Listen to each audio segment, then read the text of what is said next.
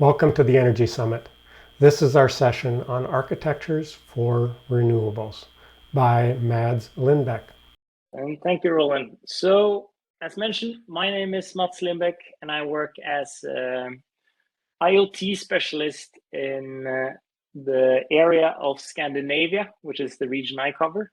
I am Norwegian, so I'm naturally very familiar with the oil and gas sector. We are famously born with skis on our feet on top of oil barrels in Norway, but that's another topic.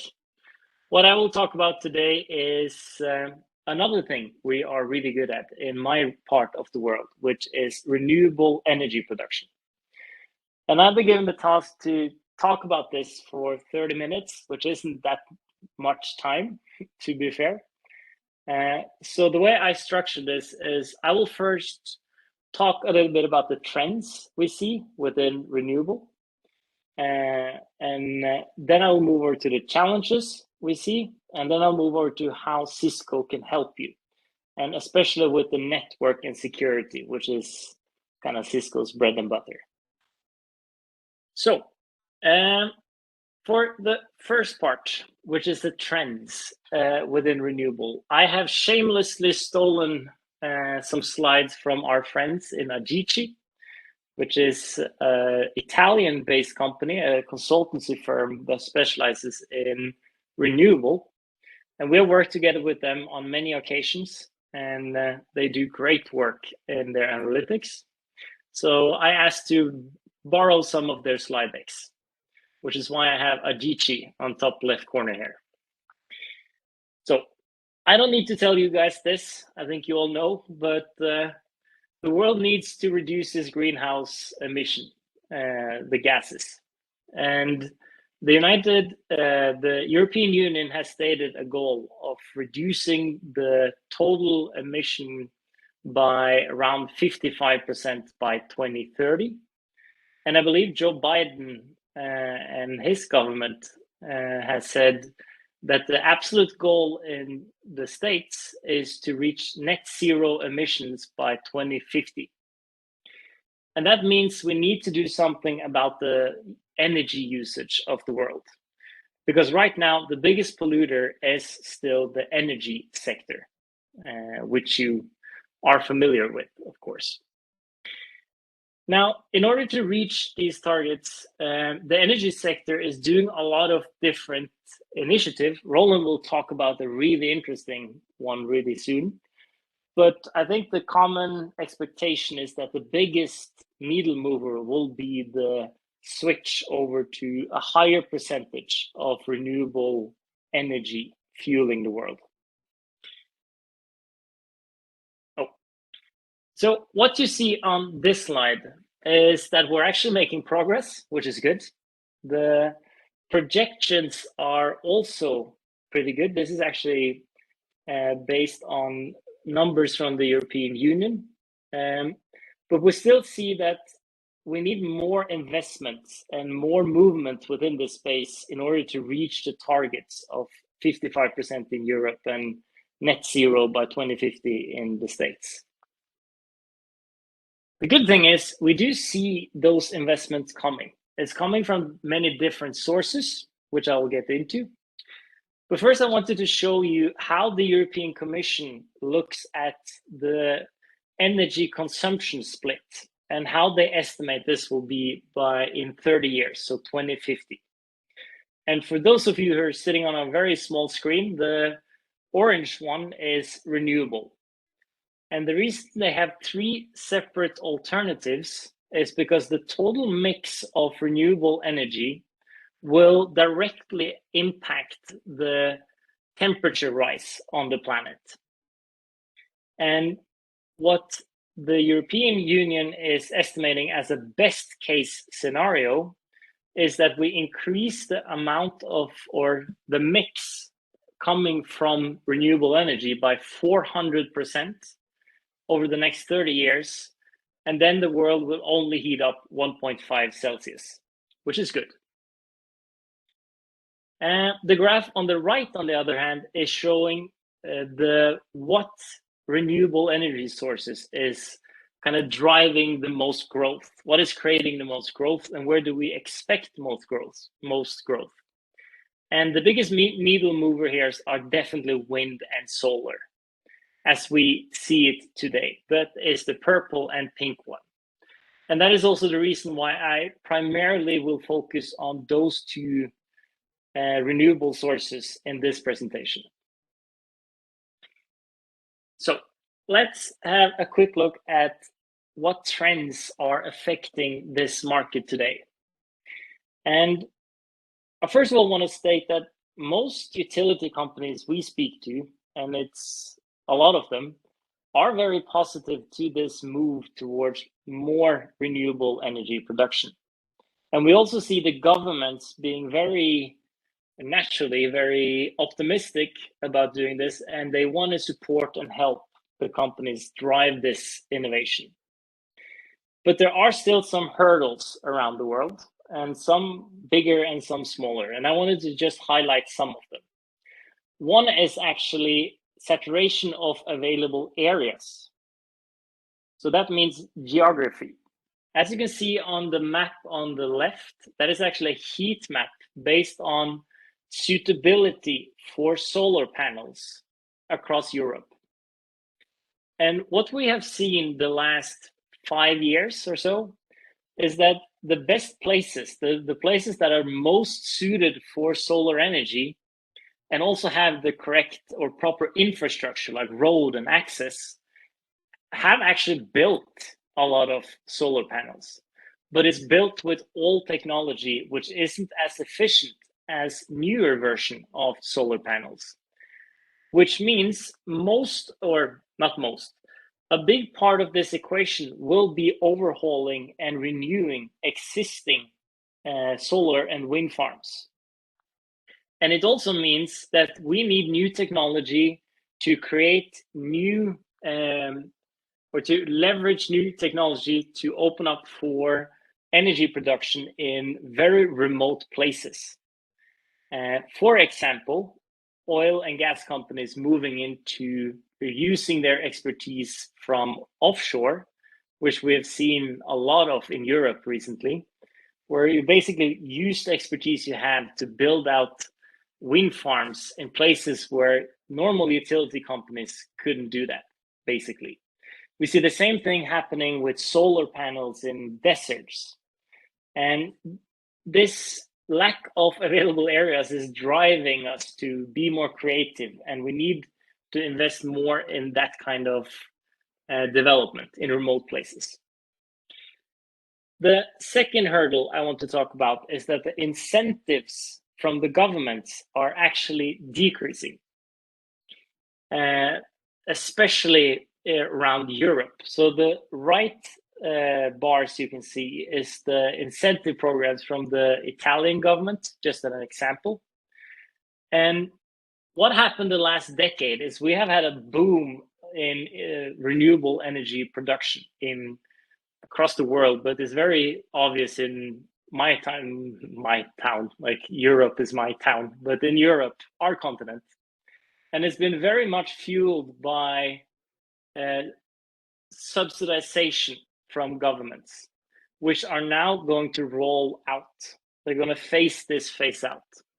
That means that going forward, we will see an increased requirement for energy and cost efficiency of these deployments, which again means we really need to, or operators really need to proactively use data to create more efficient parks for energy, but also be more efficient in forecasting when energy will be available, and also for maintenance purposes. So data will be very, very important for making these parks realistic without the subsidization from the governments. And the last trend I wanted to talk about, which is a good one for at least for renewable, is the price of CO2 is rising. And this is basically making renewable more sensible of a choice compared to non-renewable, which is good if we want to move towards this direction in the world. So to sum this up, firstly, we see a move away from feed-in tariffs. That is basically procurement mechanisms designed to incentivize renewable energy production. And we're seeing a move towards more competitive procurement models. Second one is we see a lot of investments happening in the sector, which is good, it's great. We see growth from large existing operators, could be utility companies, many of them are previously state-owned, but it can also be competition from new entrants. Let's say an oil company, for example, going into this area. And the last one is we need faster deployment and we need bigger deployment. For if we are supposed to have any chance of reaching the goals, we need a higher adoption rate and we need faster adoption rate. And that means that we need to drive for more efficiency, which again, it's very much depending on data and data-driven decisions. I think that's going to be a key part of this. The second is we will see an increase in remote installation because of the lack of places that is suitable in the world. It means we need to be more creative. And once you start putting out wind parks in very remote places, you will see that puts a very big strain on what you can do from a network perspective and what that require from your network, because it needs to be as autonomous as possible. And the last one is optimization of production through smart asset management and reducing OEM costs. Those are things I will not go through in my presentation, but I do believe we will cover those areas in other areas in this during these 2 days. So I wanted to just show you this slide because these trends that we're talking about, the demand for remote sites, the demand for more efficient use of these production sites will require new tools to make that happen. And these are some of the things that we see in the market that other customers are using or companies are using today to be more efficient.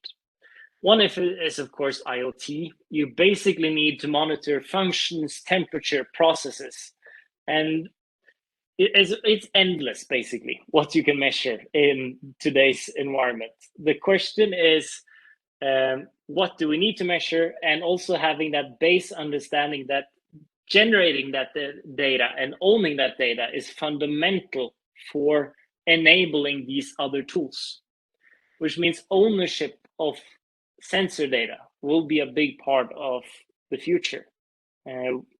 We see many companies going in that direction of actually in the contract when they go out to source these wind turbines, demand access or even ownership of data. The second one is edge computing, and that is especially relevant for remote plants. We have seen in the last 10 years that the cost of compute power and the form factor are really going down, which enables you to do much more analytics on the edge, closer to where it's happened. And when you start rolling out these huge parks in remote places, you don't necessarily have a reliable backhaul. And if you do, that backhaul transportation might be very expensive, and it might be far away from a centralized decision-making place, which means edge computing would alleviate some of that pain by making the decisions on site as close as possible to the turbines. One example we've seen has been wind turbines being positioned towards the wind, depending on different sensor types. And you want that decision to happen fast to get as much as possible out of the wind. Third one is advanced analytics and diagnostics. In this area, it's usually connected to predictive maintenance, which is one of two options. One, you buy it from whoever created the turbine. Number two, you do the analytics yourself. You do the predictive maintenance and you own the data.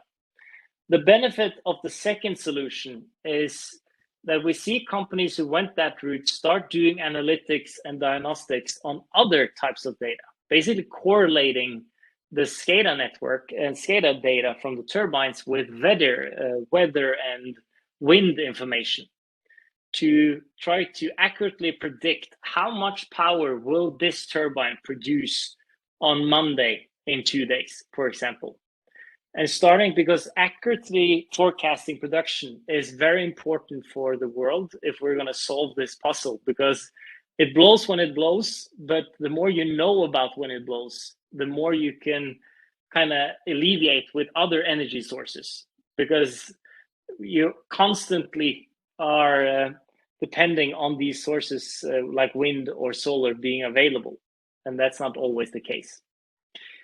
Third one is physical security. In my country, Norway, we for some reason hate wind turbines because we think they destroy the beautiful mountain view, which have meant that we actually have a lot of cases where they're being sabotaged by people who think they don't look very nice or that they're killing off the birds, which isn't a good thing. But that means that we see an increased amount of security measures being taken on these sites, cameras, other types of security, physical security, which is connected to the network for monitoring purposes. And another thing is, because it's so remote, you don't often have cell connectivity, which means that if you send a maintenance personnel there, they usually want to leverage some kind of Wi-Fi or communication backhaul using the network, which again means you're connecting more and more stuff to these networks. It's not just a SCADA traffic anymore. It's very mixed environment. And then we have digital twins. Now, this is, of course, more of a concept than anything, but we do see it for the larger plants, both solar and wind. And this is depending on all of the above. You need edge computing, you need the data from the IoT sensors, you need the analytics piece, and of course, you need the visualization tools. And the last one is cybersecurity, which is kind of where we at Cisco, this is one of the things we're really, really good at. And cybersecurity isn't a technology in itself, but it is an enabler of all of the other technologies. Because I wouldn't recommend anyone starting feeding a digital twin with sensor information unless you're very much sure that that stream is secure, because you don't want these to stop. And the bigger these sites become, the more dependent the grid will be of that production, which means there are going to come high regulations from governmental institutions, especially once we start building out bigger parks. For example, Dogger Bank outside of Scotland, which will fuel 5 million people in the UK. Then that's a national infrastructure. It's critical that nothing happens to that site. So cybersecurity is definitely going to be a part of this. So let's have a quick look at what we can do. Kind of like, what are we thinking? And I'm going to focus mostly on network and security, because that's, again, what I'm good at and what Cisco is good at. And the first thing we see is we're being asked a lot to support and connectivity to remote locations.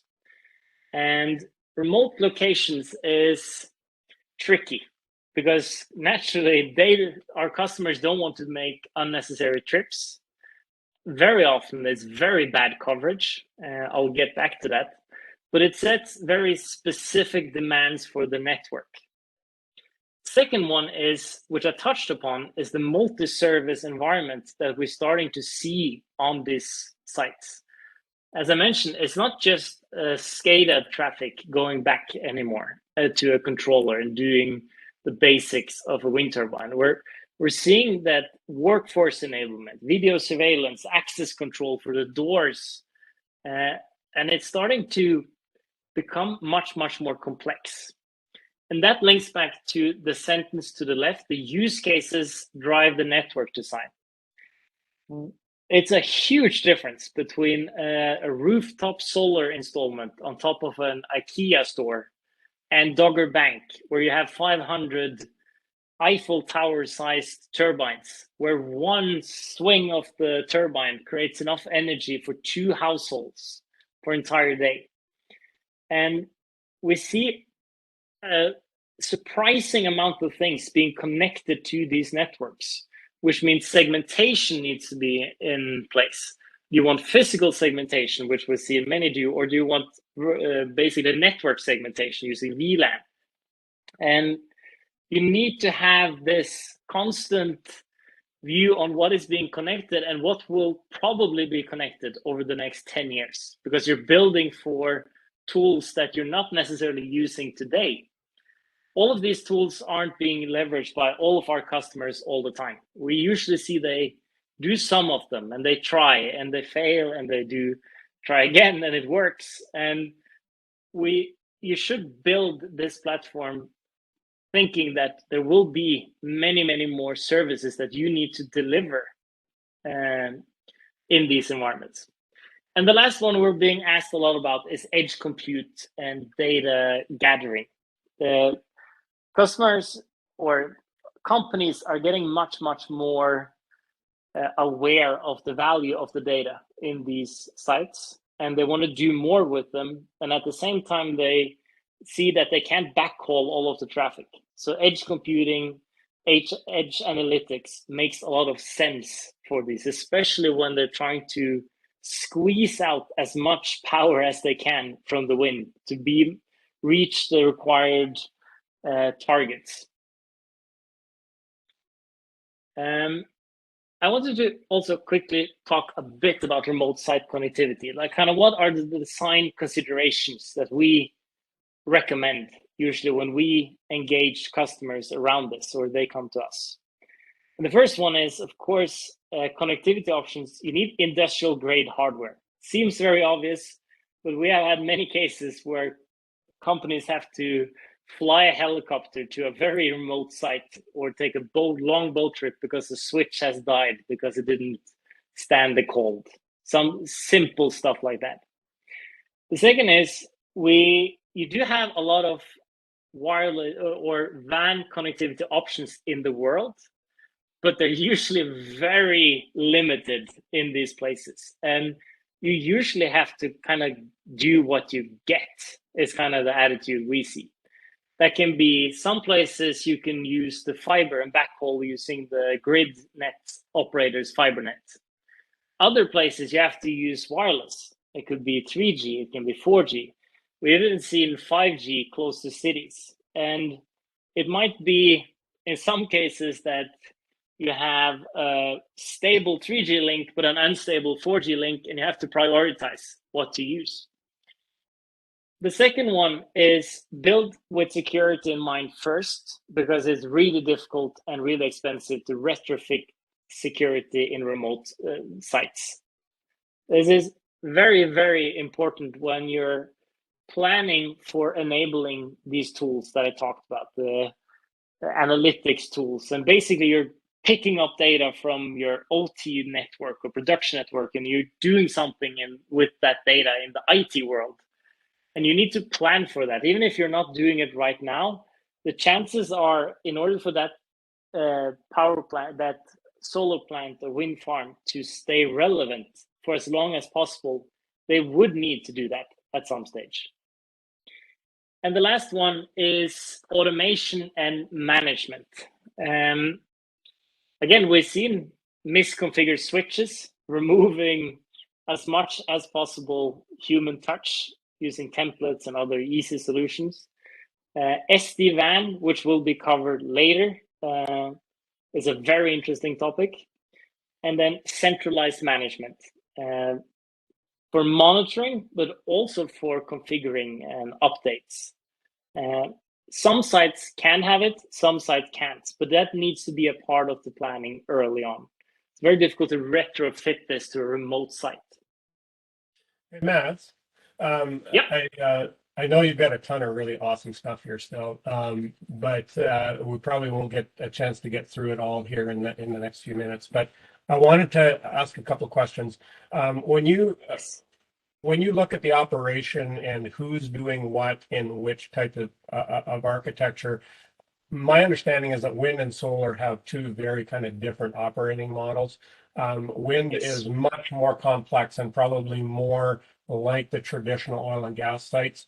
And incidentally, I think it's probably true that oil and gas companies like Equinor, Shell, BP, a lot of these big oil and gas companies that you work with, they have invested a ton into wind power, right? Um, Yeah. are they building their own organizations to install and manage these environments, or is most of that pretty separate from the oil and gas organizations? I know we've got a lot of people on the line here that are doing consulting work and helping out oil and gas companies with various things. Like, is this an area that they can kind of specialize in and get into some of these more specialized projects? Where is the That opportunity there, do you is think? an excellent question.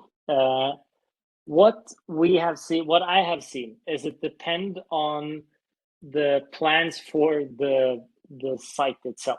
Like oil and gas companies are really good at creating or offshore, for example, setting up this Okay. offshore. They use their expertise, but they plan to sell it off within the next 3 years.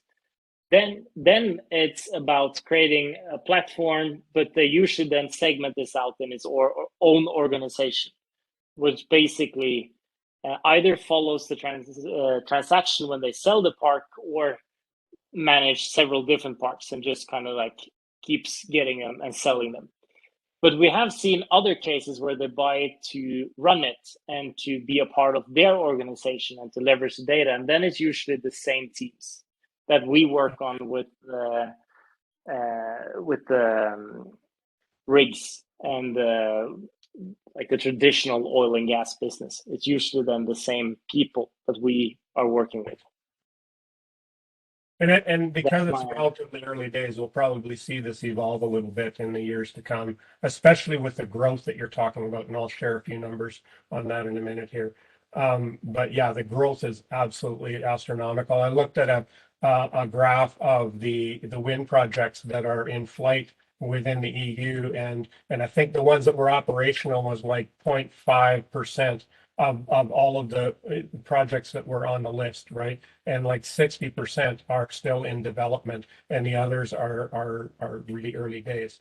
So there's a lot of capacity being worked on right now, and a lot of that is actually being driven by oil and gas companies, which is kind of why we want to highlight it here, right?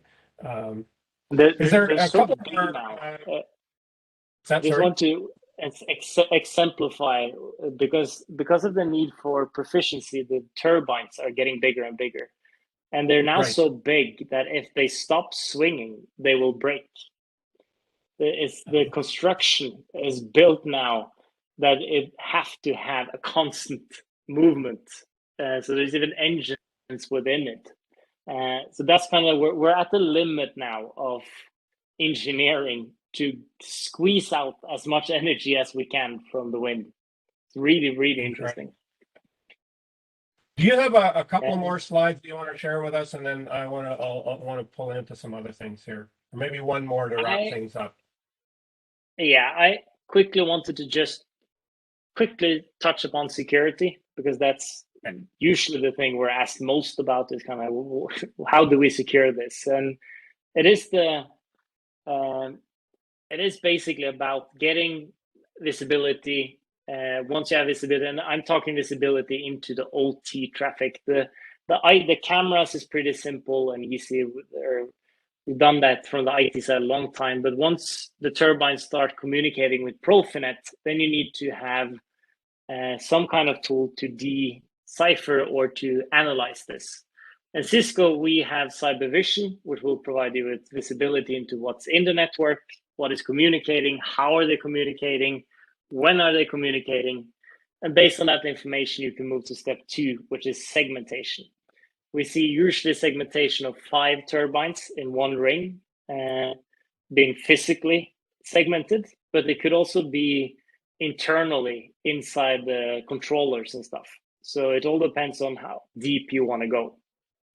And then live threat detection is also very important, because we have example of bad actors going out with boats trying to connect the 4G and a Raspberry Pi connector into this. And physical security is one thing, but you also need to understand when something is connected. Again, these are getting more and more important for the world's energy consumption. So we need to take security very, very seriously in the bigger sites. And then I'm talking wind primarily. Solar is easier in that regard. It's much less energy, more cost dependent. So wind, it's kind of like where we see the biggest investment in security going. So that was kind of like my pet piece. I also wanted to say that we are working on a renewable CVD in Cisco. That's a Cisco validated design for these kind of sites. I think that will enable many of you to alleviate the stress of building this design yourself. We are testing it as we speak, putting a lot of functionality in the substation itself around security and other things, but it's as deep as over the high level design all the way down to commando lines through CLI. So that is coming out hopefully later this year, and will cover primarily wind, but it will be accessible to or applicable for other areas as well. Just want to quickly touch upon that. Thank you for joining us for this session. If this session was of value to you, please like and subscribe and click on the next video. Take care.